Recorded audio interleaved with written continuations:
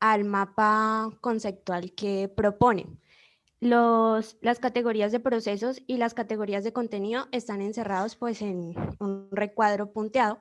Me gustaría saber a qué hace relación ese recuadro punteado, ya que pues no, en la exposición pues no hicieron énfasis en eso. Y lo otro, hablan de que las categorías de contenido y las categorías de contenido coinciden, pero pues no nos muestran cómo dan esa coincidencia. Entonces me gustaría que pues nos expusieran un poco, ¿vale? Listo, gracias, Juliana. ¿Alguien más? Eh, bueno, buenos días. Ahí también tengo una pregunta respecto al mapa. Y no sé, me llevo la impresión de que la resolución de problemas nace a partir de los procesos. Pareciera que en esa resolución de problemas no tenemos en cuenta los contextos y las categorías de contenido, ¿sí? Como que la alfabetización matemática se centrara únicamente en los procesos. Y también me regalas las número 5, porfa. Gracias. Dicen aquí que en los fines de la educación, PISA aborda realmente los cuatro fines, pero de pronto no describen cómo es que se abordan esos cuatro fines, ¿sí? Y también aquí en los contextos, tampoco como que pareciera o me da como eh, la, no sé si me fue la palabra, bueno, pareciera que estos cuatro fines de PISA 2012 y los tres de los estándares pareciera que hubiera una relación. No sé si la existe, si son iguales o si difieren en algo, ¿sí? No, pues dice como el cuadro comparativo, pero no, pareciera que hubiera una relación entre ellos. Esas serían como las tres preguntas que tengo. Gracias, Angélica. Yo. Natalia. Bueno, también en la misma diapositiva 5 me quedó la misma inquietud que refiere Angélica respecto a los contextos, también los contenidos. Me hubiese gustado también que me hubiesen mostrado la relación directa que había entre cada uno o lo que ustedes consideraban que había entre cada uno. También en la diapositiva número 7 en el análisis de la pregunta, me hubiese gustado también que en las capacidades fundamentales dieran razón por la cual solo, digamos, tomaron el razonamiento de argumentación y, digamos, las otras capacidades como tal de pronto no las analizaron o no las tomaron, y qué tipo de pregunta ustedes consideran que es la que analizar respecto a lo que propone PISA. Creo que los contextos lo aclararon al final en las conclusiones, pero creo que hubiese sido valioso en el momento de hacer en el comparativo de una vez directamente eso, para que no hubiera quedado como ese sinsabor de que vimos esto, pero después analizamos otra cosa. Gracias.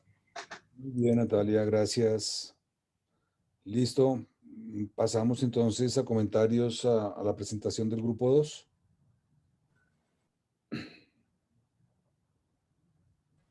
Bueno, yo tengo unos comentarios.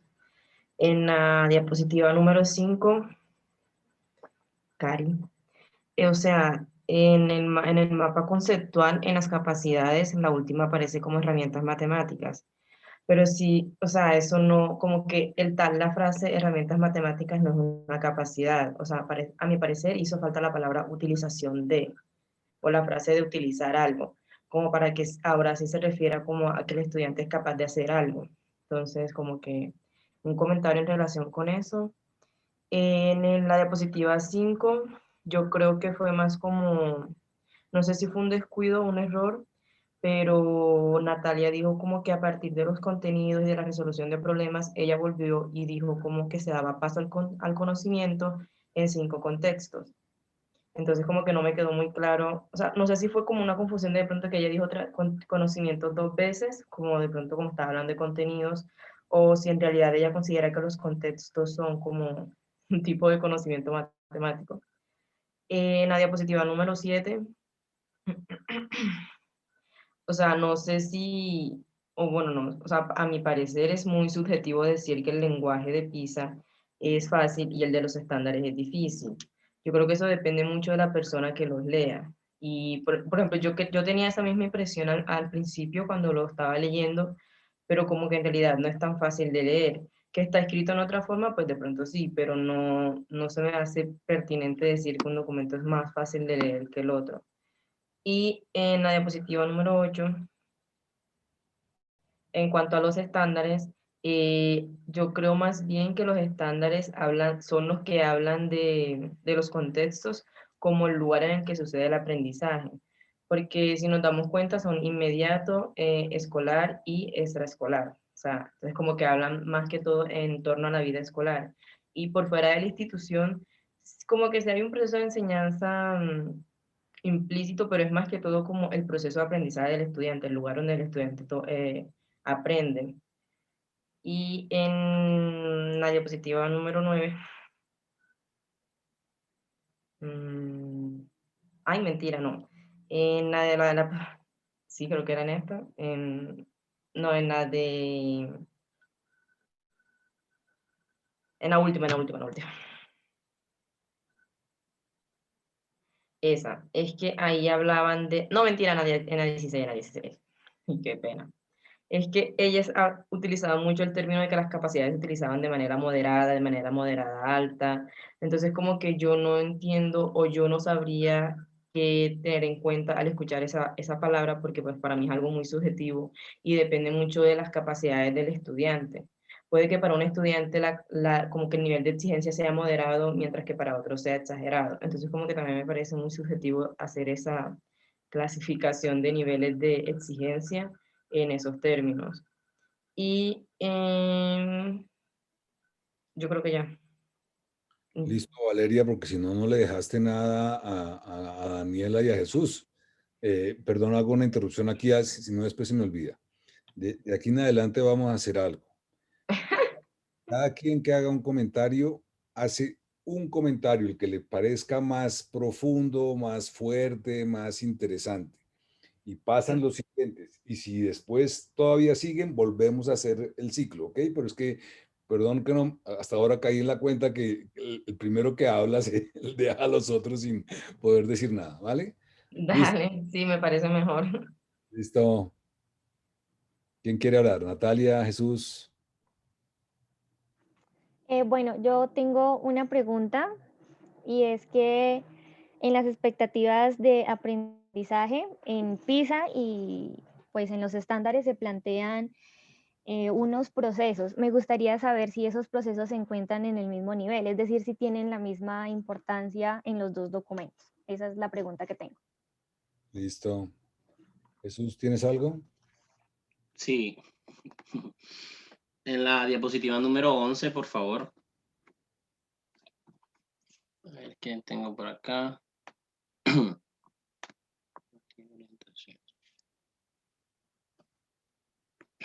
Bueno, acá tengo la parte de formativa, orientaciones en ambos documentos. Mi pregunta es, ¿a qué hace referencia estas orientaciones? ¿Son las mismas orientaciones hacia la parte formativa, teniendo en cuenta que uno es un documento de evaluación y el otro es un documento para dar lineamientos a los docentes? A los docentes. Bueno, en el tema, la diapositiva número 8, por favor, también. En la diapositiva número 8, no sé si me pueden colaborar, por favor. ¿Estás por ahí? Cari. Bueno, contextos. En la parte de PISA dice que áreas de la vida en las que se dan las situaciones de aprendizaje. Como decía Valeria, creo que hay que ser muy enfáticos en esto porque una de las principales diferencias que se puede notar en el tema de los contextos es que PISA es muy general con respecto a los contextos, es decir, PISA abarca los contextos de la vida cotidiana del estudiante de manera general, no en las situaciones de aprendizaje. Sí hay un espacio dedicado a eso, pero es más que todo de manera general, ¿ok? Me cubre mucho todos los aspectos de la vida del estudiante. Bueno, en la diapositiva 16, perdón. Bueno, esto va también teniendo en cuenta el comentario que nos hace Natalia, porque ella nos comenta que si no tuvimos en cuenta las otras capacidades, bueno, entonces comienzo mi comentario haciendo énfasis en que nosotros tomamos una de las capacidades que más se nota o la que se desarrolla en mayor capacidad, por así decirlo, en esa tarea. Entonces nosotros analizamos esa capacidad teniendo en cuenta la tarea. Entonces, que ustedes tengan todas esas capacidades aquí y me digan que poco, que me digan el nivel en que se trabaja esta capacidad, me quiere decir a mí que ustedes tienen, digamos, un escrito, un párrafo al menos explicándome cada uno de estos conceptos. No sé si es así. Si es así, pues me gustaría saber qué tuvieron en cuenta para hacer este análisis tan profundo de cada una de las capacidades. Y en la diapositiva número 12, nuevo creo, tenemos, no creo que era la... No, este comentario ya está respondido. Bueno, muchas gracias. Listo, muchas gracias. Muy bien. Me gustaron mucho las presentaciones. ¿Cuánto nos damos para preparar las reacciones? ¿Les parece bien 10 minutos? Listo. Karina, ¿nos organizas en grupos, por favor?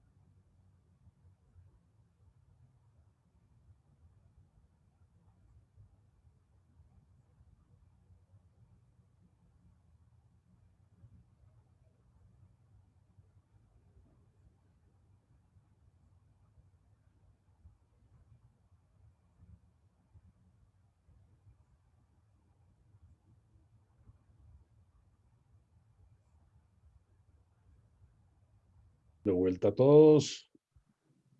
Entonces, vamos con las reacciones del grupo 1. Bueno, en cuanto al mapa conceptual, en la 4, bueno, los recuadros hacen referencia a la relación, pues en este caso en los procesos, estos recuadros hacen la relación con las capacidades, pues que estos procesos subyacen las capacidades. Y en el recuadro de las categorías, pues se hace relación a los fenómenos matemáticos, pues se mencionó que a partir de esas categorías de contenido se podían diseñar gran variedad de preguntas con base a fenómenos matemáticos. En la 5, respecto al contenido, pues también se mencionó, resaltamos que los tipos de pensamiento coinciden con las categorías. Por ejemplo, el pensamiento variacional coincide con la categoría de cambio y relaciones, como para concretar eso del contenido.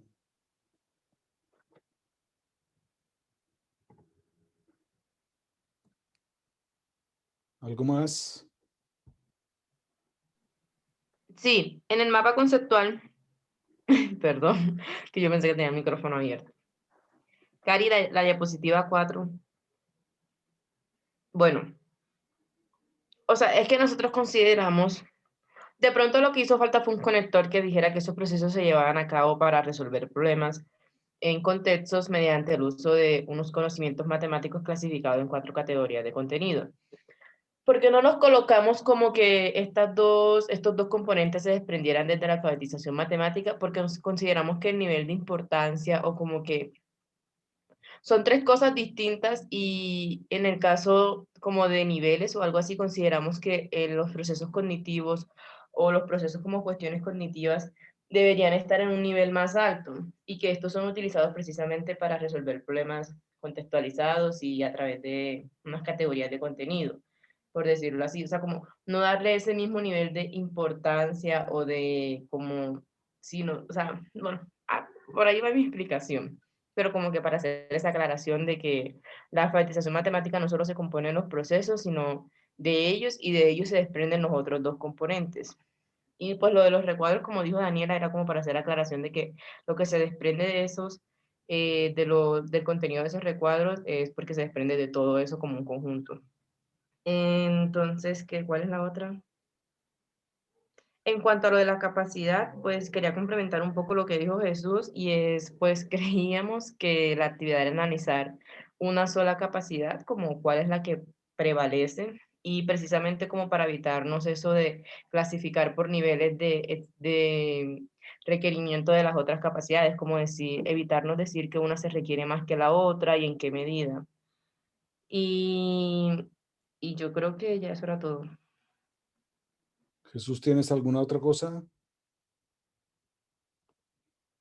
No, todo está dicho. Listo. Entonces, reacciones del grupo 2. Bueno, voy a tratar de ir en un orden más o menos de como dijeron los comentarios. En cuanto pues a lo que nos refiere Valeria, pues sí tiene razón en cuanto al mapa conceptual, se pudo haber utilizado la palabra utilizar herramientas matemáticas, pero pues también en la página 28 el documento de PISA lo utiliza como herramientas matemáticas directamente, pero creo que sí hay más claridad como tú lo refieres. Respecto a la parte del lenguaje, que está ahí precisamente, gracias, en la diapositiva número 7, sentimos que no es algo subjetivo, decir que es algo un poco, digamos, más fácil de entender que el otro tenga un lenguaje técnico. Nos referimos especialmente entendiendo que los estándares están basados para todos los actores escolares, y estos actores escolares no incluyen siempre personas que son especialistas en el área.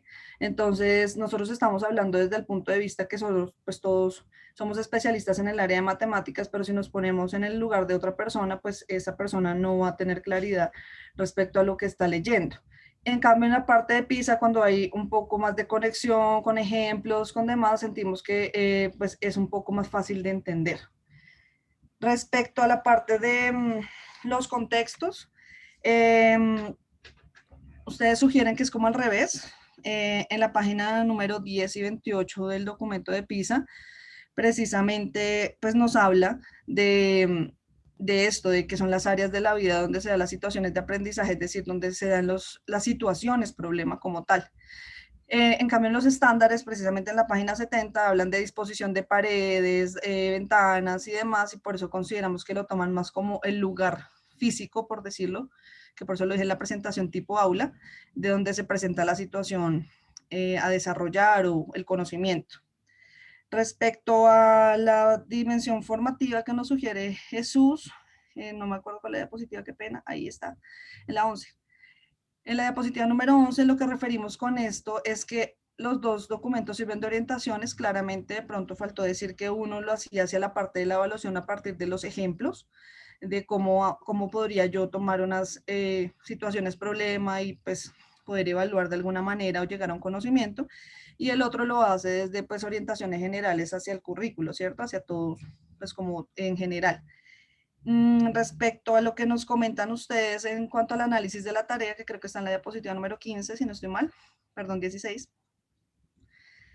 No es algo subjetivo decir que es moderado, superior, bajo o demás, porque es que eso está en el cuadro 1.1, precisamente, de la página 34, donde nos denotan esos niveles precisamente de cómo considerar que algo es moderado, cómo considerar cuando es bajo, dependiendo de cómo o qué haga o deba hacer el estudiante en el momento de abordar la pregunta. Que digamos, eso fue uno especialmente de los requisitos o criterios de evaluación en este ejercicio, era basarnos en un análisis de tarea de la página 35 en adelante, y esa página 35 en adelante se basa en el cuadro precisamente 1.1 que les estoy describiendo en este momento. Ahora, no sé qué más se me escapa. No sé qué más se me escapa, chicas. Discúlpenme que ya. Bueno, respecto a lo de Daniela, la pregunta que decía que si los procesos generales lo veíamos al mismo nivel que los procesos fundamentales, fue uno de los comentarios que nos hizo nuestra tutora, ¿sí? En el documento está el comentario. Y no creemos que está al mismo nivel, por eso es que los procesos generales los llegamos fue a comparar más adelante con las capacidades. Creo que, no sé, creo que ahí ya está, pues dijimos como todo. Ahí respondimos pues las preguntas que nos hicieron. Me pareció muy interesante esta discusión y las reacciones, a pesar de que era exactamente la misma actividad con los mismos requisitos. Como ustedes se dan cuenta, en todo caso, cada quien mira las cosas a su manera. Tengo varios comentarios. Karina, ¿me puedes volver a poner las presentaciones? Primero la del grupo 1. Tengo comentarios. Primero voy a comenzar por los comentarios menos importantes, puramente de forma. A mí me da la sensación que ustedes están usando una herramienta de hacer mapas conceptuales que después les puede dar un poquito de lata. Porque viendo esta transparencia, pareciera que los mapas conceptuales, cada rayita de cada cosa está como dibujada, y a uno le interesa muy particularmente que las cosas vayan agarradas para que cuando uno las mueva mantengan ese agarre. ¿Ok? Entonces, creo que ustedes me dijeron que estaban usando PowerPoint. No sé, yo no he usado PowerPoint para eso, pero creo que PowerPoint tiene esa posibilidad de anclar. Es decir, que si yo tengo una caja, le puedo anclar una línea que está pegada a la caja, de tal manera que cuando yo mueva la caja, la línea también se mueva conjuntamente. Es que más adelante vamos a estar haciendo unos mapas conceptuales, entre comillas, muy complejos, y que vamos a tener que estar modificando permanentemente. Entonces, pues les recomiendo eso. Yo sé que pues hay muchos programas para mapas conceptuales. Yo les recomiendo que intenten irse por el de Visio, que es un software de Microsoft que se entiende curiosamente, pues porque con Word es muy complicado, se entiende muy bien con Word. Y creo que en la plataforma de la Universidad de Software, que si ustedes no la han visitado, visítenla, buscan, perdón un segundo, les digo exactamente cómo es, pero creo que es Nunca. NUCAC Virtual. NUCAC Virtual.uniandes, con las dos con K, NUCAC Virtual. Ahí ustedes encuentran gran cantidad de herramientas y creo que ahí está Visio. Visio virtual, pero pues cacharreando un tricitico uno encuentra cómo puede hacer un mapa conceptual en virtual y después descargarlo a su disco duro. Es que esto va a ser muy importante después. Eso en relación con esta cuestión particular. ¿Qué era la otra cosa? Ah, sí. Y Karina, ¿me pones las transparencias de la grupo 2? Y no identifiqué dónde está una tabla, cualquier tabla de las que presentaron. A ver si en esta se ve claramente. No, otra. Bueno, es una. No, aquí está bien. Entonces, ¿cuál fue? No, la anterior, justo la anterior, esa.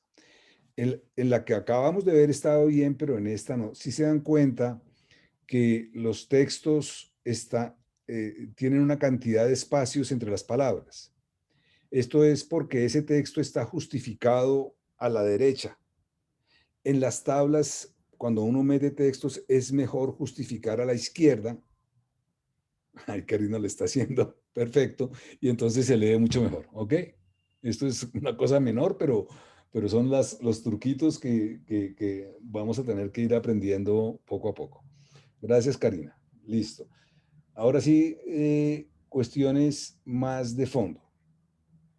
La primera cuestión más de fondo, que no alcancé a percibirla en ninguna de las dos presentaciones, porque no es fácil de ver, pero que es bien importante de la comparación entre el documento PISA y el documento de los estándares, es, no sé cómo decirlo, ¿qué es lo que hay en la mente de las personas que construyeron esos documentos desde la perspectiva de su visión de qué son las matemáticas y de para qué son las matemáticas?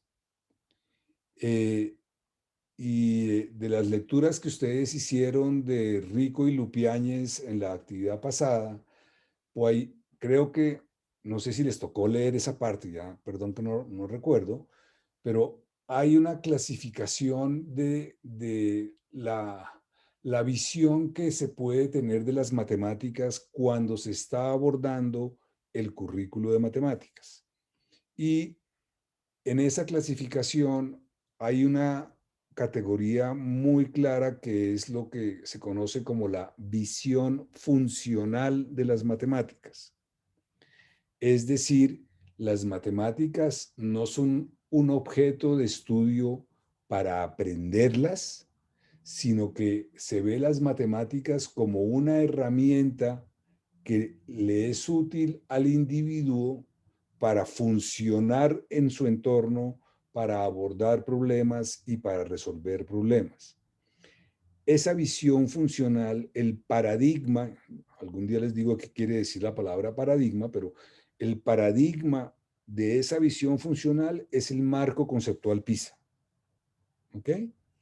Y ellos, ustedes lo mencionaron de pasada, pero quiero hacerlo claridad. Las matemáticas no son un objeto para aprender las matemáticas, sino las matemáticas son algo que yo necesito como herramienta para poder abordar problemas y resolver problemas. Entonces, eso es muy central en PISA, ¿ok? En los estándares, esa visión no se ve tan claramente, por dos razones. Una, porque los estándares, como ya les comenté en un par de ocasiones, heredan una visión tradicional que hemos tenido en Colombia desde los años 60, cuando se comenzaron a construir los primeros currículos en Colombia en el Ministerio de Educación Nacional bajo la dirección de Carlos Vasco, que es esa visión de que las matemáticas se organizan alrededor de unas estructuras matemáticas. Y entonces la visión es que son las matemáticas como estructura. Esto tiene, hago un paréntesis aquí, esto tiene una razón muy potente histórica en ese momento, en los años 60. En los años 60 estábamos viviendo el coletazo de lo que se llamó el movimiento de las matemáticas modernas. ¿Ustedes han oído hablar de eso? No. Es que en esa época la televisión era en blanco y negro y ustedes no habían nacido, ¿ok? El movimiento, yo les he contado algo del movimiento de las matemáticas modernas. No, bueno.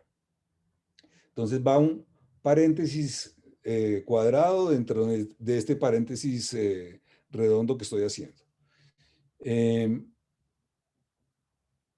Bueno, no importa, tenemos tiempo. Es que estoy pensando. Hay un cisma en la historia del siglo pasado del aprendizaje y la enseñanza de las matemáticas. El primer cisma mundial es cuando la educación dejó de ser una propiedad de las élites y que solamente las élites, las personas que tenían dinero, tenían acceso a la educación y la educación comenzó a convertirse en un derecho de todas las personas. Ese es el primer cisma de la educación, el más importante. Bueno, pero estando ya dentro de ese proceso de que queremos educar a todo el mundo, se vino, no sé exactamente cuál es el año, creo que es el 54 o el 56, de el lanzamiento por parte de los rusos del primer satélite, que curiosamente no es que se llame ese satélite igual que la vacuna rusa, sino que la vacuna rusa se llama igual que ese satélite. Se llamaba Sputnik, ¿ok? Y eso fue un golpe inmenso dentro de esta época de la Guerra Fría a la cultura occidental. Los rusos nos llevan una ventaja impresionante. Lograron este hecho tecnológico tan importante y nosotros ni nos dimos cuenta, digámoslo así. ¿Ok?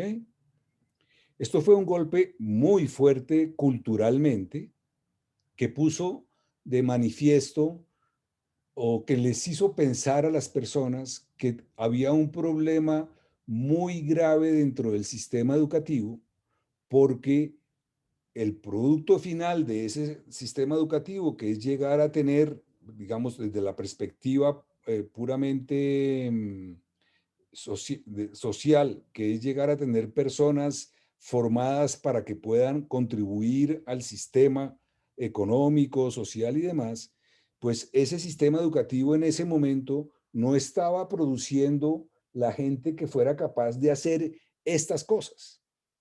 Y obviamente las matemáticas tenían un papel muy importante ahí. Y lo que dijeron es que, mire, vayan y miren lo que están haciendo en la escuela. Lo que están haciendo en la escuela es aprenderse de memoria las tablas de multiplicar. Estoy exagerando, pero digamos que esa era la visión. Tenemos que hacer una transformación. Bueno, entonces, ¿qué pasó?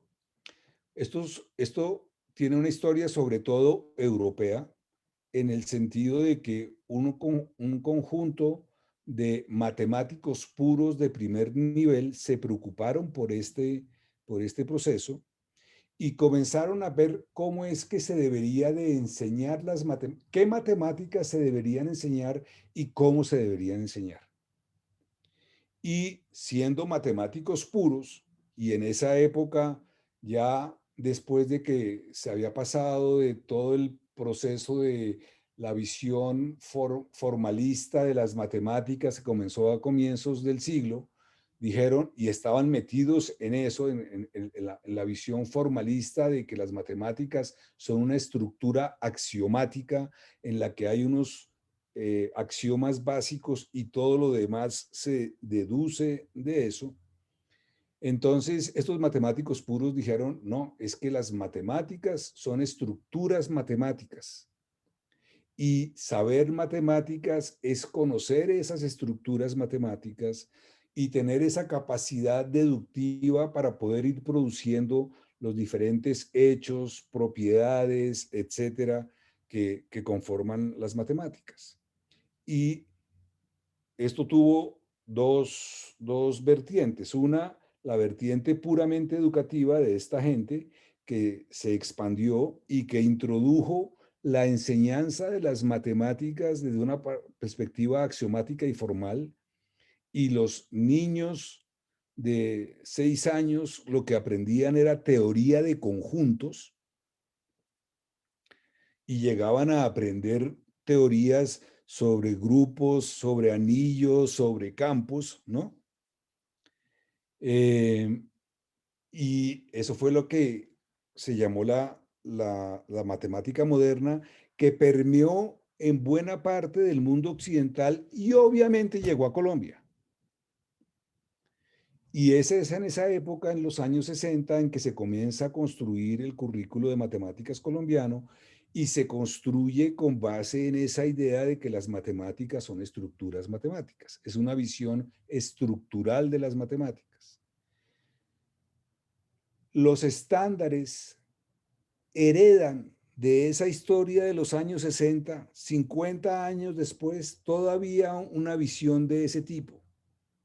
Y por eso los estándares no solamente organizan el contenido desde el punto de vista de estructuras matemáticas, sino que también tienen algo que no se alcanza a ver con toda claridad, y es, seguimos pensando de esta manera, pero como desde los años 80, 90 en Estados Unidos están hablando de resolución de problemas, como que a esto le pegamos la resolución de problemas, se lo ponemos encima.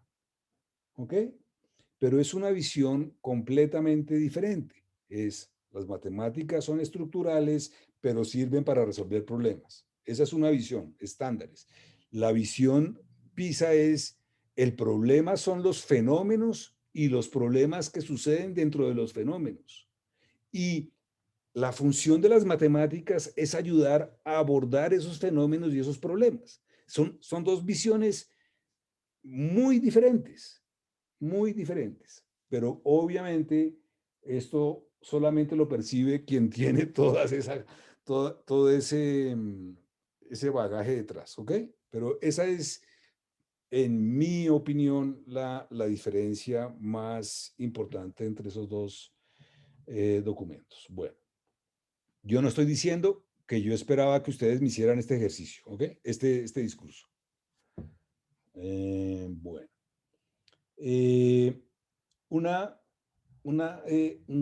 Un comentario adicional, particularmente en relación, en esta comparación, es qué función tiene la frase conocimiento matemático, que ustedes usaron, ambos grupos la usaron. Ambos grupos la usaron en algún momento. ¿Qué función tiene la frase conocimiento matemático? Entonces, uno podría interpretar que en términos de los estándares se espera un conocimiento matemático que sirva para que después, comillas de estas grandes, se aplique para resolver problemas. ¿Ok? En términos de PISA no se habla de conocimiento matemático en ese sentido. Porque lo que es importante del aprendizaje es esa capacidad para ir construyendo las matemáticas al interior de los fenómenos de tal manera que después también puedan ser usadas para abordar los problemas dentro de los fenómenos. Entonces, esto también pues es un matiz que no es fácil de ver, pero que quiero enfatizar. ¿Ok? Bueno. Y el último comentario de fondo que tengo, no de fondo, no, el penúltimo, es que hay una cuestión que quisiera que en una cierta medida borráramos de lo de PISA, que es la clasificación de los contextos, porque es un poquito confusa. Mejor dicho, no es que no sea confusa, es que es un poco artificial y no tiene mucha función. Tanto los contextos de PISA como los contextos de los estándares, pero los estándares están como mejor, que es lo que nos importa no es si esto es de arquitectura o esto es de culinaria o esto es de deportes. Lo que nos importa es que esos contextos en que están inmersos los fenómenos que los estudiantes van a abordar con las matemáticas tengan en alguna medida un cierto interés para esos estudiantes. Pero no importa que sea de aeronáutica espacial o que sea de cuentas del mercado de la casa. Lo importante es que tengan un cierto atractivo y que lo más importante de todo, como lo vamos a machacar en este programa, es que las matemáticas tengan un sentido, tengan una función dentro de esos fenómenos. Entonces, estas clasificaciones las vamos a dejar un poquito de lado porque son un tris artificiales. ¿Ok? Y el último comentario, que creo que fue el grupo 1 que lo hizo, que también es anecdótico, es que en Colombia tenemos un problema con la educación infantil. Bueno, tenemos dos problemas con la educación infantil. El primero es que yo no sé cómo se llama. Si se llama educación infantil, primera infancia, preescolar, hay como 4 nombres diferentes y nunca se sabe de qué se trata. ¿Ok? Ese es el primero. El segundo problema es que los lineamientos curriculares de la educación infantil en Colombia han estado influidos de una manera muy fuerte, pero muy fuerte, por el Instituto Colombiano de Bienestar Familiar. No sé cómo es esa historia, pero sé que es así. Y entonces el ICBF convenció al ministerio de que en educación infantil no se enseñan ni se aprenden matemáticas. Imagínense. Entonces, la propuesta del grupo 1 de que esto fuera hasta educación infantil, el grupo 2, del grupo 2 que esto fuera hasta educación infantil, pues en este momento no es posible. Hay que lucharla, hay que pelearla. Y yo estoy dictando en este momento, en este semestre, el curso de matemáticas para educación infantil en la licenciatura de la universidad. Ay, sí. Y estamos aprendiendo matemáticas, ¿ok? Porque es que, ¿cómo así que no? Pero bueno, ese era otro comentario. Listo. Esos eran mis comentarios a las presentaciones. Me gustaron mucho las dos. Me parecen muy bien estructuradas, pero sobre todo me parece que ponen de manifiesto que ustedes masticaron y digirieron el documento de PISA con mucho cuidado. Y para nosotros era muy importante que ustedes hicieran eso porque en cierta medida, aunque eso no lo hacemos explícito en ningún lugar de manera clara, este programa está muy enfocado con la visión funcional de las matemáticas de PISA. ¿Ok? Entonces, esa referencia va a estar siempre ahí atrás. Comentarios no técnicos de la experiencia por parte de ustedes, que ya por fuera de la actividad, pero ¿qué me pareció? ¿No me gustó? ¿Me pareció interesante? ¿Creo que tiene sentido? ¿Qué sé yo? Pues a mí personalmente me gustó bastante la actividad. Tenía conocimiento de PISA, pero era algo básico que en algún momento pues podía haber leído. Pero ya al poder leer el documento, como dices tú, masticarlo y demás, siento que le quedan a uno claras muchas cosas y puede uno ir tomando más allá de que sean los estándares o PISA, como su propia visión, ¿no? Hacia lo que uno pretende en el aula enseñar.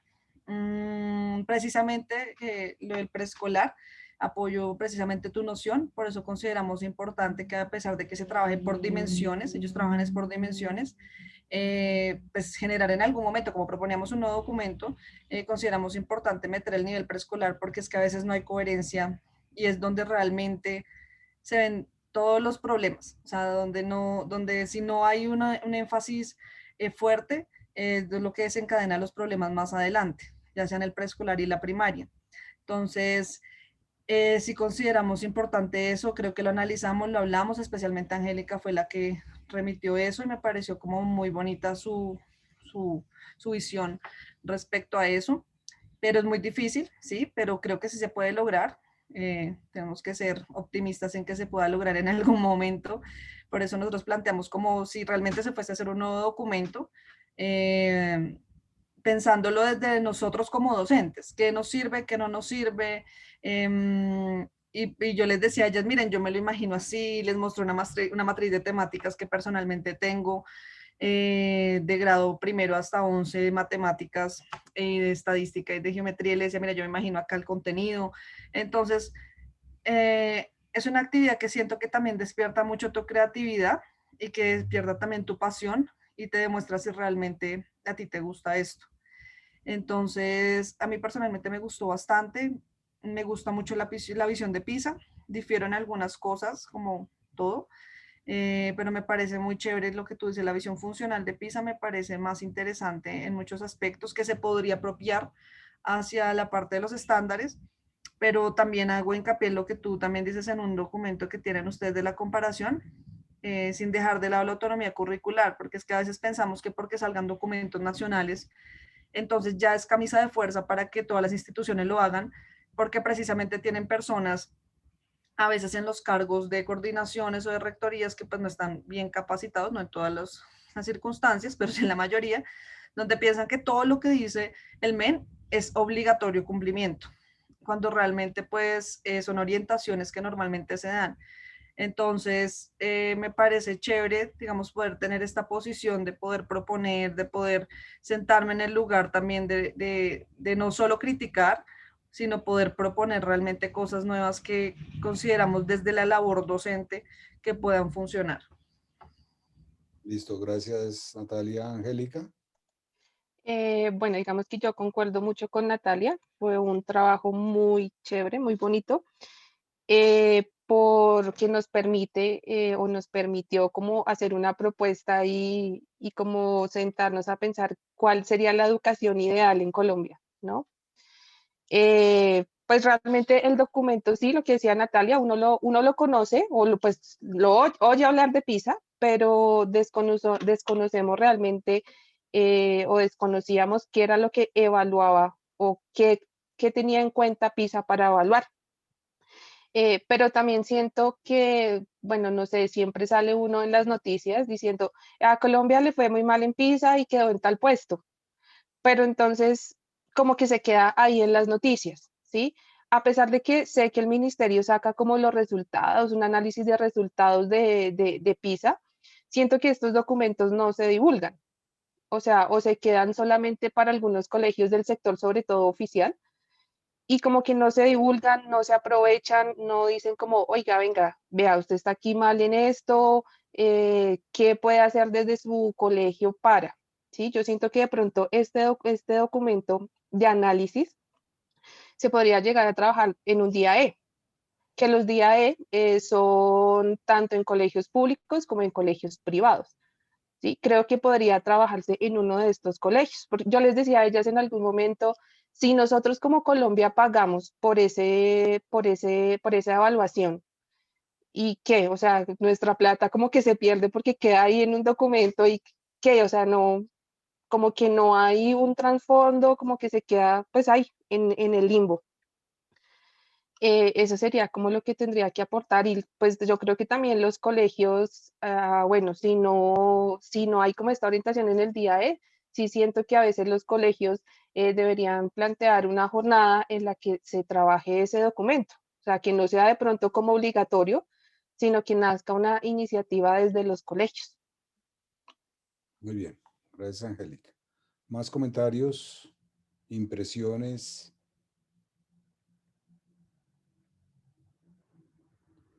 Tengo otro comentario anecdótico de la experiencia que estoy teniendo con este curso de educación infantil, que es la siguiente: la complejidad de las matemáticas, de su aprendizaje y su enseñanza es inversamente proporcional al nivel educativo. Es una cosa impresionante. Es decir, lo más fácil es aprender y enseñar matemáticas universitarias. Y lo más difícil es entender los problemas de aprender y enseñar matemáticas en educación infantil. Y más difícil que de secundaria es primaria. Es una cosa muy curiosa. Sigue, Natalia. Es algo que estábamos hablando, hemos tenido la oportunidad, hablábamos Angélica y yo de trabajar con primaria, y es una locura realmente. O sea, es algo que te lleva a un nivel de exigirte demasiado, eh, a pesar de que uno pensara que realmente pues debería ser como lo más fácil porque son niños. Y acá viene otra apreciación que tuvimos que de pronto se le escapó a Angélica, y es que PISA tiene una gran dificultad en el contexto colombiano, en el sentido de que salen los listados, bueno, es a nivel mundial, creo que eso no es solo en Colombia. Y entonces el que quedó de primeras, entonces todos los países quieren absorber precisamente su modelo pedagógico, entonces todos vámonos para Finlandia. Después vámonos todos para Singapur, vámonos todos para... entonces, siento que se nos olvida que nuestro contexto y nuestra realidad es diferente, que podríamos plantear nosotros dentro de nuestra realidad es un contexto colombiano, un modelo colombiano que se aplique a la realidad. Por ejemplo, en esto de que nos vamos para Finlandia, nos vamos para esto, si uno analiza Finlandia, por ejemplo, los que dan clase, precisamente va esto, en primaria, son personas con doctorado. O sea, es inversamente ahí. O sea, el que tiene doctorado se supone que debería tener, no se supone, tendría más capacidades o no sé, capacidad, no sé si es la palabra, para poder analizar o entrar en un nivel primario que de pronto una persona que solo tenga un pregrado. Pero en Colombia lo tenemos, es al revés. Entonces, si tienes doctorado, mejor trabaja en universidad. Y si tienes maestría, también puedes trabajar en una universidad, pero si no, entonces quédate en un colegio. Entonces, esa es la base realmente de todas las dificultades. Yo a veces analizo que tenemos con personas que llegan a la universidad y a veces se les indica, si no sean de licenciatura, no sean de ingenierías, que tienen que pasar un nivel de matemáticas básico y tienen problemas, y muchas personas de verdad, o sea, les da muy duro poder pasar estas asignaturas, porque precisamente tenemos personas que a veces no están totalmente capacitadas dando matemáticas en los colegios, porque les cuesta, más allá de la dificultad del saber, es de poderlo hacer con las realidades de las personas que tienen. Listo. ¿Algo más? Bueno, entonces ya casi vamos a terminar. Ya casi vamos a terminar. Voy a dejar el café para allá cuando hayamos terminado. Voy a hacerles algunos comentarios administrativos. Ustedes respondieron la encuesta que les envió Andrés para lo de las sesiones presenciales, y sí tenemos la posibilidad de realizar 2 sesiones presenciales este semestre. La primera va a ser el 17 de abril y la segunda el 5 de junio. Yo creo que Andrés les enviará información sobre eso, pero pues Esa es la cuestión y yo no sé si esté vacunado para el 5 de junio. Ojalá esté vacunado para el 5 de junio y pueda verlos en persona a quienes vengan a Bogotá o estén en Bogotá para la sesión presencial. Quienes no vengan no pasa nada porque hacemos la clase en el salón, pero la hacemos también de esta manera en el sentido de que quien no esté en clase va a poder escuchar a todo el mundo, va a poder ver la pantalla de lo que está sucediendo y va a poder intervenir como intervenimos aquí. Entonces, esa es un comentario. Un segundo comentario tiene que ver con los comentarios individuales. Aquí tengo varios comentarios. El primero, ustedes cuando van a hacer sus comentarios individuales tienen acceso a el borrador de ese grupo y a los comentarios que hizo el tutor a ese grupo. La sugerencia es que pues busquen no reiterar los comentarios del tutor. No estoy diciendo en este caso que para hacer los comentarios ustedes tengan que ir al borrador del otro grupo, mirar los comentarios del tutor y verificar que los comentarios que están haciendo no sean los del tutor. Pero no, lo que sí no quisiéramos es que para hacer los comentarios individuales, ustedes se fueran al documento borrador, miraran los comentarios del tutor y sus comentarios fueran esos. Ese juego entre esas dos cosas. Eso por un lado.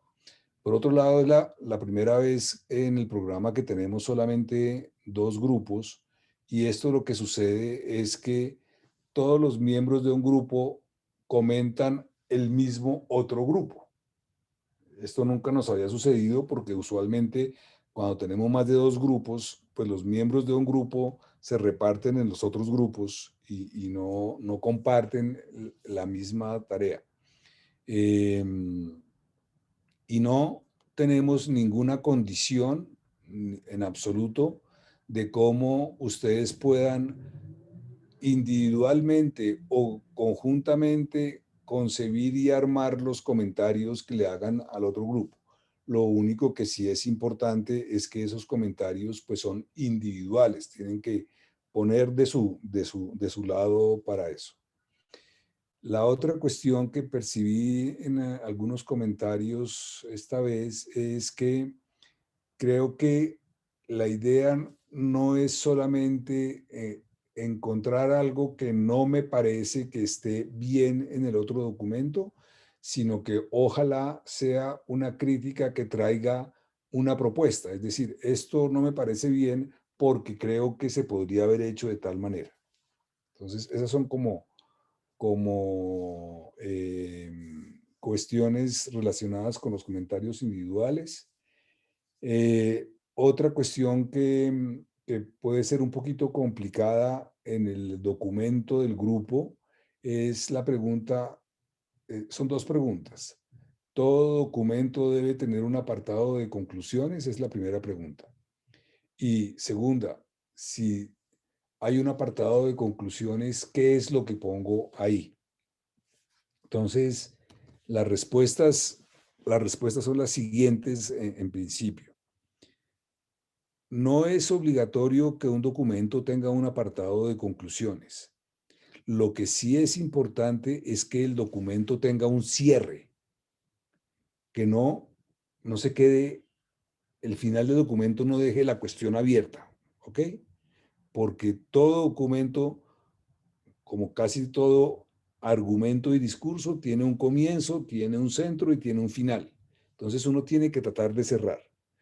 Que ese cierre vaya bajo un título que diga conclusiones o se haga de otra manera, eso no es relevante, no es lo importante, ¿ok? Bueno. Y va a suceder algo en el futuro, no sé qué tan próximo, y es que ustedes van a comenzar a pedirme o a pedirle a Andrés o a quien sea, por favor, aumenten el límite de extensión. No alcanzamos con las 2000 palabras. ¿Ok? La reacción, de una vez se las digo, es eso no se toca. Siempre el límite va a ser 2000 palabras, excepto en las actividades del último módulo. Entonces, pues no importa, ustedes lo van a pedir y nosotros les vamos a decir no. Bueno, pero de una vez les cuento, ¿ok? Bueno, y entonces, ¿eso qué implica? Que va a haber actividades en que ustedes no van a tener espacio para hacer un apartado de conclusiones y divagar, entre comillas, divagar sobre algunas cuestiones, porque no les va a alcanzar el espacio, ¿ok? Bueno. En los casos en que haya espacio, entonces uno se pregunta qué es lo que debe ir en las conclusiones. Creo que esto lo hablamos ya en algún momento, pero pues ideas que yo las traigo de lo que usualmente es el apartado de conclusiones de un artículo de investigación, y no quiero decir que entonces estas sean las normas y siempre tenga que haber esto, sino como ideas, es que si el discurso ha sido complejo, se han presentado ideas a lo largo de todo el discurso, se han hecho análisis que implican resultados particulares, pues una de las cuestiones que uno hace cuando cierra un discurso es tratar de hacer un pequeño resumen de todo lo que dijo. ¿Okay? Resumen en el sentido de las cuestiones claves que se trataron en el documento. Entonces, esa es una cuestión. Otra cuestión es que en algunas ocasiones uno quiere hacer como conjeturas o reflexiones sobre por qué las cosas fueron por qué las cosas son como encontramos que fueron en el documento. Y no tiene uno argumentos objetivos, sistemáticos para justificar por qué son. Pero uno en las conclusiones es un espacio en que es libre para uno hacer conjeturas de ese tipo. ¿Ok? Entonces, eso es otra cuestión. Ya de aquí en adelante no va a haber necesariamente un espacio para crítica, porque en estas actividades que ustedes han estado haciendo, lo que han estado es estudiando unos documentos, cosas que han hecho otras personas. Entonces, hay el espacio para criticarlos. Pero de aquí en adelante, lo que ustedes van a estar haciendo es lo de ustedes. Entonces, va a ser un poquito complicado criticarse uno mismo. Lo que uno sí puede hacer, si lo percibe, es decir, somos conscientes que nos faltó tal cosa. Somos conscientes que esto habría podido ser mejor por tal razón. Es decir, como las limitaciones, poner de manifiesto las limitaciones del trabajo. ¿Ok? Entonces, esas son ideas para lo de las conclusiones. Les reitero, no necesariamente un documento tiene que tener un apartado de conclusiones, pero para que lo puedan tener en mente. Bueno, entonces eso era otra cuestión. Una cuestión menor, pero yo supongo que ustedes están usando seguramente la última versión de Word, y la última versión de Word tiene por defecto una funcionalidad no solamente de revisar si hay alguna palabra dentro del texto que no esté dentro de su diccionario, o sea que le subraya uno como con rojo cuando hay alguna palabra mal escrita. Ojo, lo cual no quiere decir que porque no haya palabras subrayadas con rojo no haya errores de ortografía, porque más se puede escribir de dos maneras, por dar un ejemplo, ¿ok? O continúa o continua se puede escribir de dos maneras, entonces hay Word no se pone a leer y a entender lo que está diciendo para decir es que aquí continúa tiene la tilde en la I o la tiene en la U, pero tiene esa funcionalidad. Pero tiene otra funcionalidad que también él identifica parcialmente, que es ya desde el punto de vista de redacción. Y subraya en azul. Si a mí se me van dos espacios seguidos, me lo subraya. Si él percibe que en algún momento falta una coma, me lo subraya.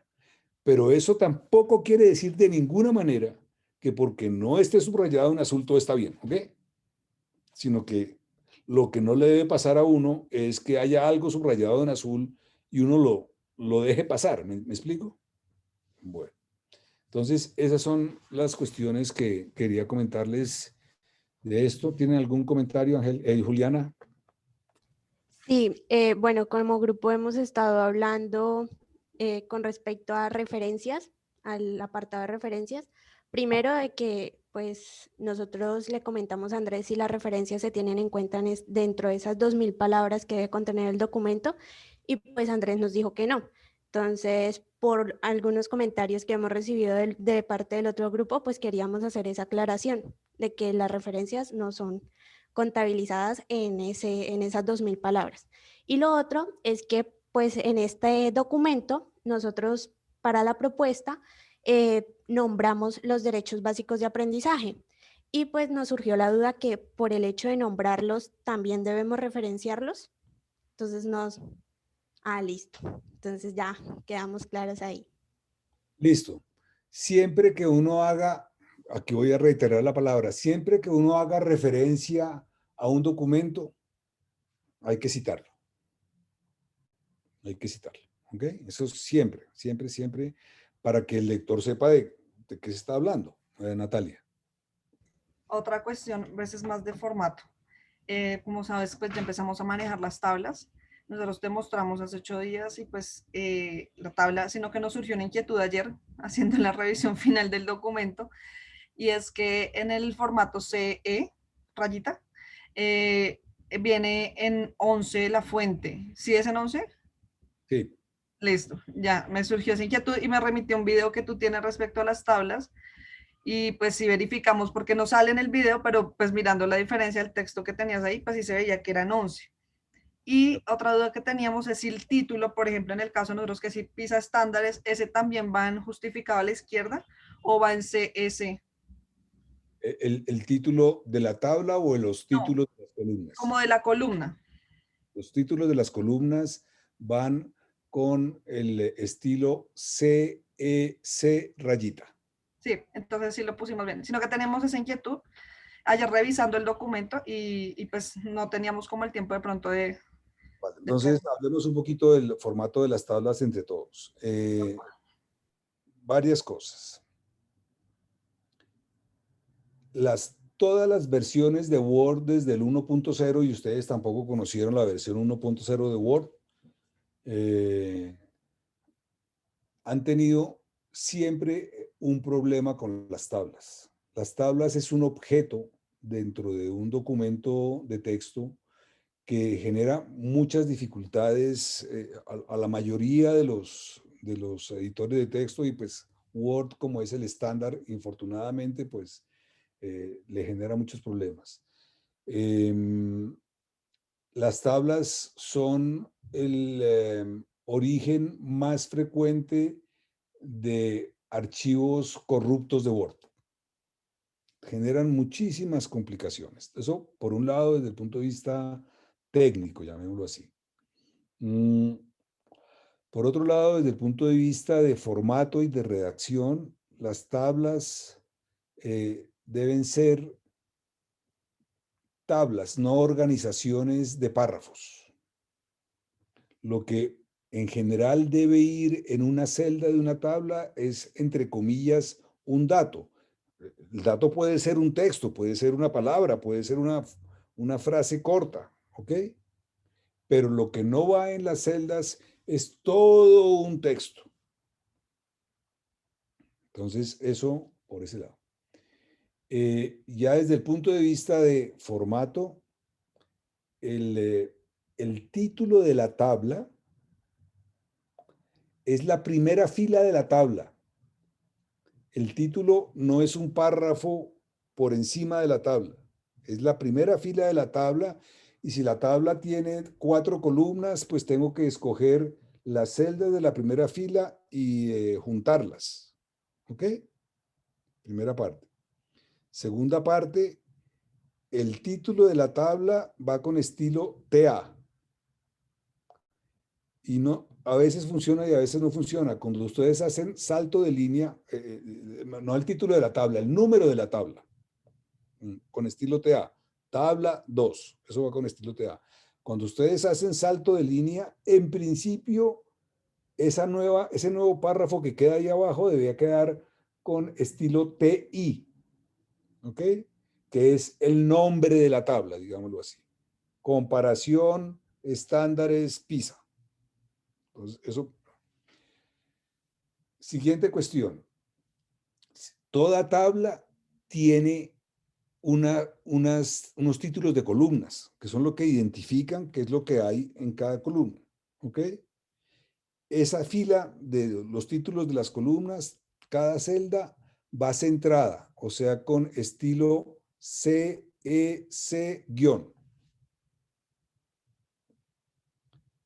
Y finalmente, en general, las celdas de una tabla, en general, esto no es obligatorio, pero en general las celdas de una tabla también van centradas con el estilo CEC-, excepto la primera columna. Los textos de la primera columna, que son como los nombres de las filas, van alineados a la izquierda, es decir, con estilo CE-. Esto es un trabalenguas, ¿ok? No se preocupen. En relación con las tablas, no vamos a ser estrictos en las próximas actividades, ¿ok? En relación con el resto de la redacción y formato, yo comienzo a calificar eso desde ahora. Entonces, eso. ¿Alguna otra cuestión, duda antes de que miremos la actividad 1.4? Bueno, ya estamos llegando al final del comienzo. Sobrevivimos al final, al comienzo. Listo. Entonces vamos a mirar esos documentos.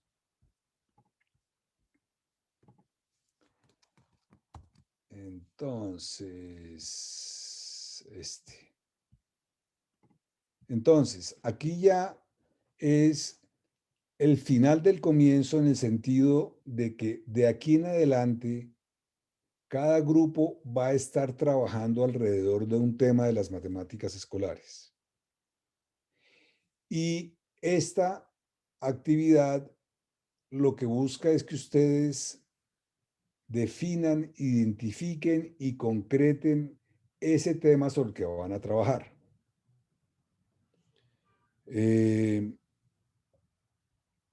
Lo que ustedes terminen diciendo al final de esta actividad no es definitivo. Ustedes van a ir afinando ese tema en el módulo 1 y en el módulo, en el módulo 2 y en el módulo 3. Pero necesitamos que ustedes traten de ser tan concretos como sea posible en esto. Entonces, ese es el propósito de esta actividad. ¿Qué condiciones debe cumplir el tema que ustedes vayan a manejar? La primera condición es que dentro de un año ustedes van a estar comenzando a pensar que lo que han hecho ustedes en este primer año lo van a llevar al aula, lo van a implementar, ¿ok? Porque lo que van a tener dentro de un año es un diseño curricular para ese tema. Entonces, una de las condiciones es tratar de seleccionar un tema que alguno de los miembros del grupo pueda, con la información que tiene en este momento, implementar más o menos dentro de un año. Eso es implementar terminando el módulo 5 y comenzando el módulo 6. Estamos hablando dentro de un año, sí, ¿no es cierto? Sí, sí, dentro de un año, más o menos. Entonces, eso ustedes tienen que charlarlo entre ustedes para, para ver. Yo sé que nunca sabemos hoy qué voy a estar dictando el año entrante, pero pues si tengo algún interés, de pronto puedo negociar en mi colegio para que me permitan dictar tal grado para poder abordar tal tema. Entonces, eso es lo primero. Lo segundo, desde la perspectiva de reducir al máximo la cantidad de trabajo que ustedes tienen que hacer. Esta es una preocupación que nosotros tenemos permanentemente.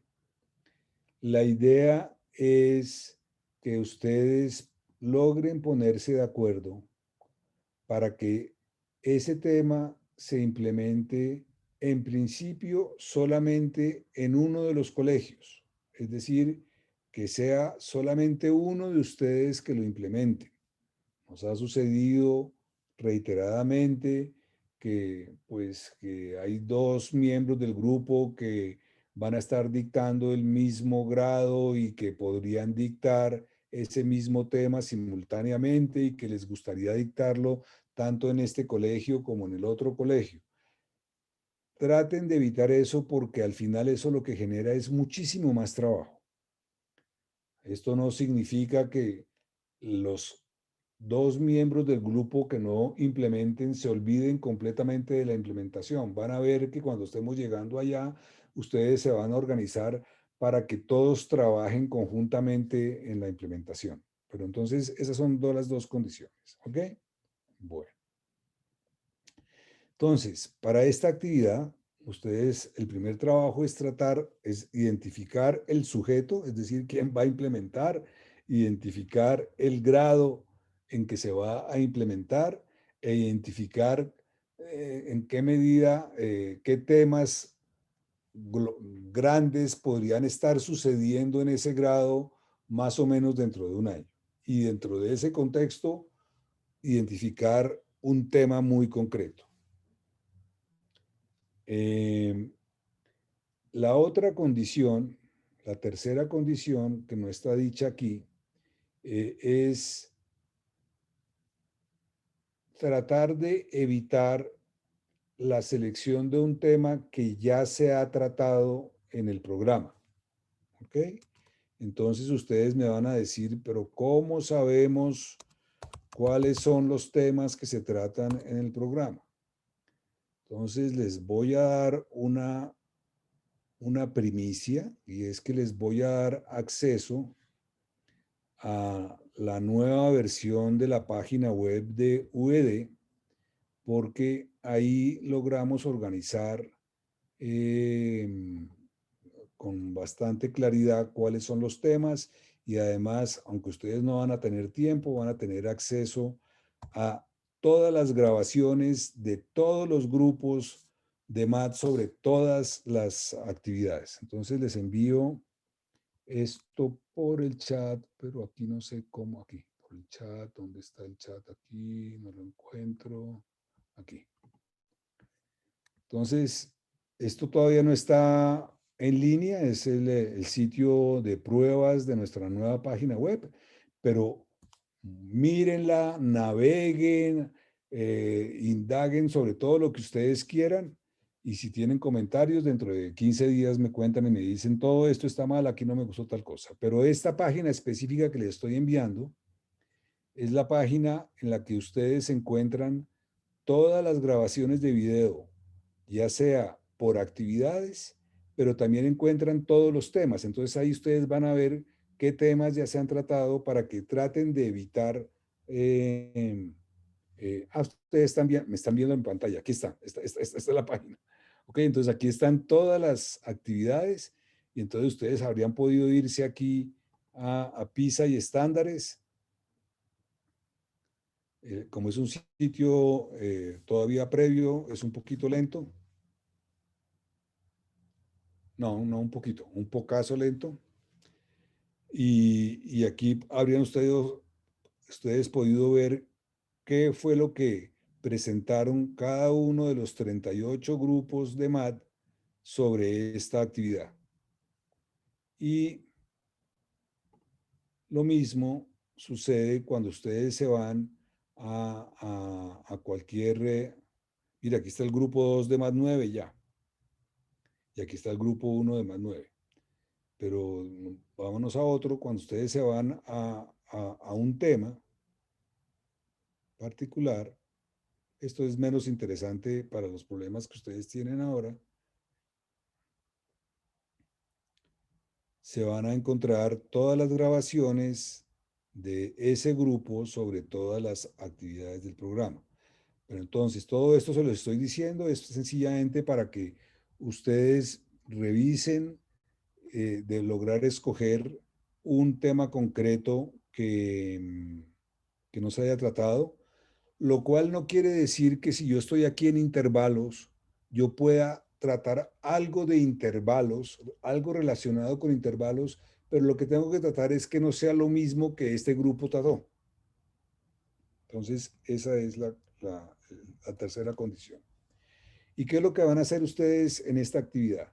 Van a identificar ese tema y lo van a justificar desde el punto de vista de los lineamientos curriculares, de los marcos de evaluación y de su plan de área de la institución en la que van a trabajar.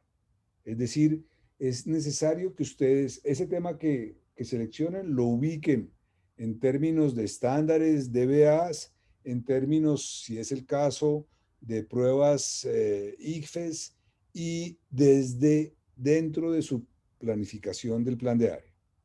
Y después van a hacer una primera aproximación de algo que vamos a estar haciendo de aquí en adelante, pero necesitamos que hagan una primera aproximación, que digan, este tema está compuesto de estos conceptos, de estas representaciones y de estos fenómenos, y lo que nosotros necesitamos que los niños sepan antes de que nosotros vayamos a, entre comillas, enseñarles esto, es esto.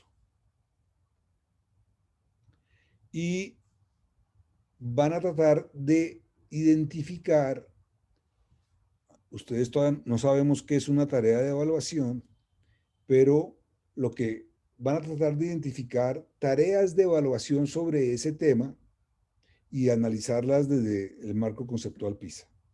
Bueno, entonces aquí están las descripciones de qué significa proponer el tema, de cómo lo describen y del análisis de la tarea. Esto se me está haciendo muy raro porque hay como un cruce entre esta actividad y, perdón, miren, les voy a sugerir una cosa. Olvídense de esta condición, porque ese ejercicio ya lo hicieron ustedes ahora. Aquí hay un error en el texto de la actividad. Olvídense de que haya que hacer esto del análisis de la tarea. Se quedan con la selección del tema, la propuesta y la descripción del tema. Esto ustedes, este ejercicio ya lo hicieron.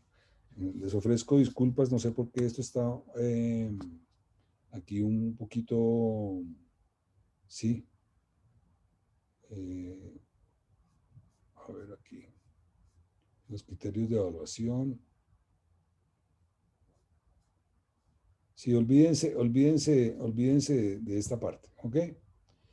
Eso es la actividad, la próxima actividad. Ya en esta actividad entramos en materia.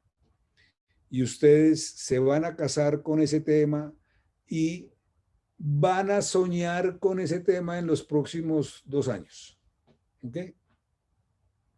Porque lo que vamos a hacer es que lo vamos a desmenuzar a morir. Cuarta condición.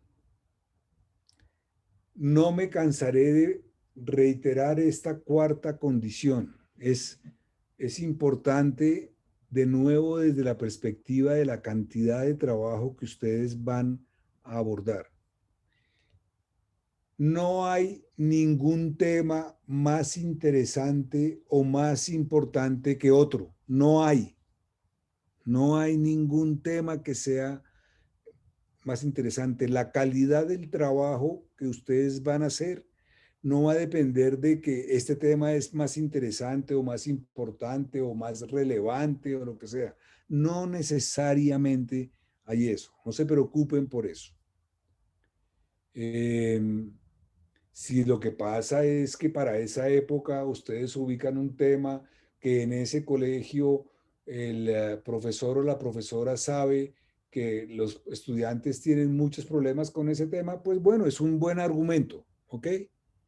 Pero no es un argumento necesario. Es decir, no hay que escoger un tema en el que ustedes saben de antemano que los estudiantes tienen muchos problemas. No es una condición necesaria, ¿ok?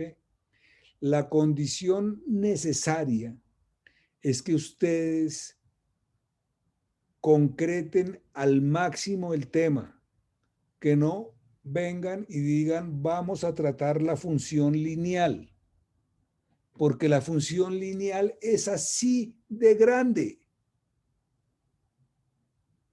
Y lo que ustedes tienen que hacer es, con la experiencia que tienen en este momento, decir, este tema, si yo lo fuera a enseñar la semana entrante, me toma 3 sesiones de clase. Máximo 4, pero 3 sesiones de clase. ¿Ok? Así de concreto. Porque dentro de un año, cuando hayamos terminado todo el proceso de este año, esas 3 sesiones de clase se van a convertir en alrededor de 5, 6 o 7. Por varias razones, porque le vamos a poner una sesión antes, le vamos a poner una sesión después, y porque a pesar de que ustedes hoy digan, eso lo enseño en 3 horas de clase, cuando ustedes desmenucen el tema, se les va a estirar, ¿ok? Para darles una idea, lo que vamos a buscar es que en relación con ese tema, al final del módulo 3, ustedes hayan formulado 2 objetivos de aprendizaje, pero que se logren en 3 sesiones, máximo 4, pero ojalá 3. Y la calidad del trabajo que ustedes van a presentar, la importancia, la relevancia de ese trabajo, no depende del tamaño del tema, o mejor dicho, sí dependen, en el sentido que entre más concreto sea el tema, más en profundidad ustedes van a poder trabajarlo y más calidad va a tener el trabajo. Entre más grande sea el tema, menos van a entrar en profundidad, ¿ok? Todo esto con una aclaración. Si hay un grupo que dice, no, es que nosotros queremos trabajar este tema así de grande y esto va a ser 5 objetivos de aprendizaje y nos va a tomar 15 sesiones, pues allá ustedes.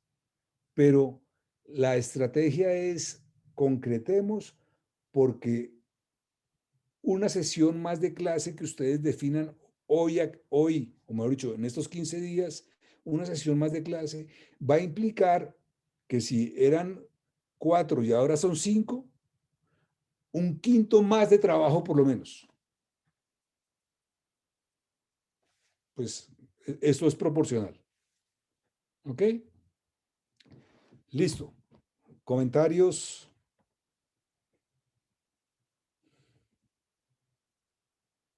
¿Listos?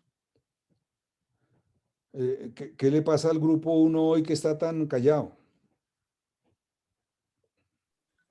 Yo no sé. Nada. No, nada. ¿Se trasnocharon anoche o qué? No, hombre, no. De hecho, no, como hasta las 9 trabajamos. Listo. Es el frío, profe. Es el frío. Sí, está haciendo mucho frío aquí. Sí, Nosotros sí sí, tenemos. demasiado. Estos 3 últimos días han sido. Uf. Yo aquí donde estoy tengo sábana encima en las piernas. Bueno, grupo 1 les informo para que ustedes estén informados.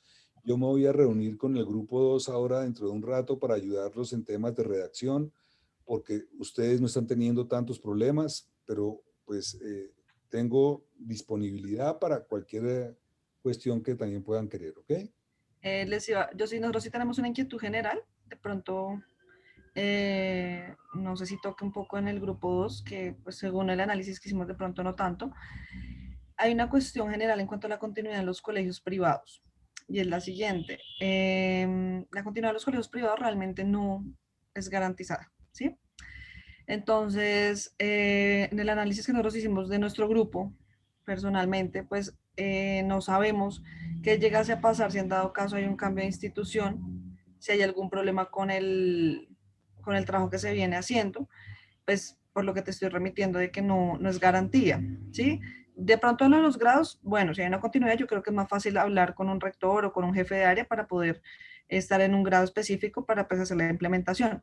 Pero en dado caso que no haya una continuidad, no sé si hay algún inconveniente al respecto con el trabajo. Entonces queríamos dejarte esa inquietud en cuanto pues a nosotros. No sé si el otro grupo también tenga de pronto la misma inquietud respecto a eso.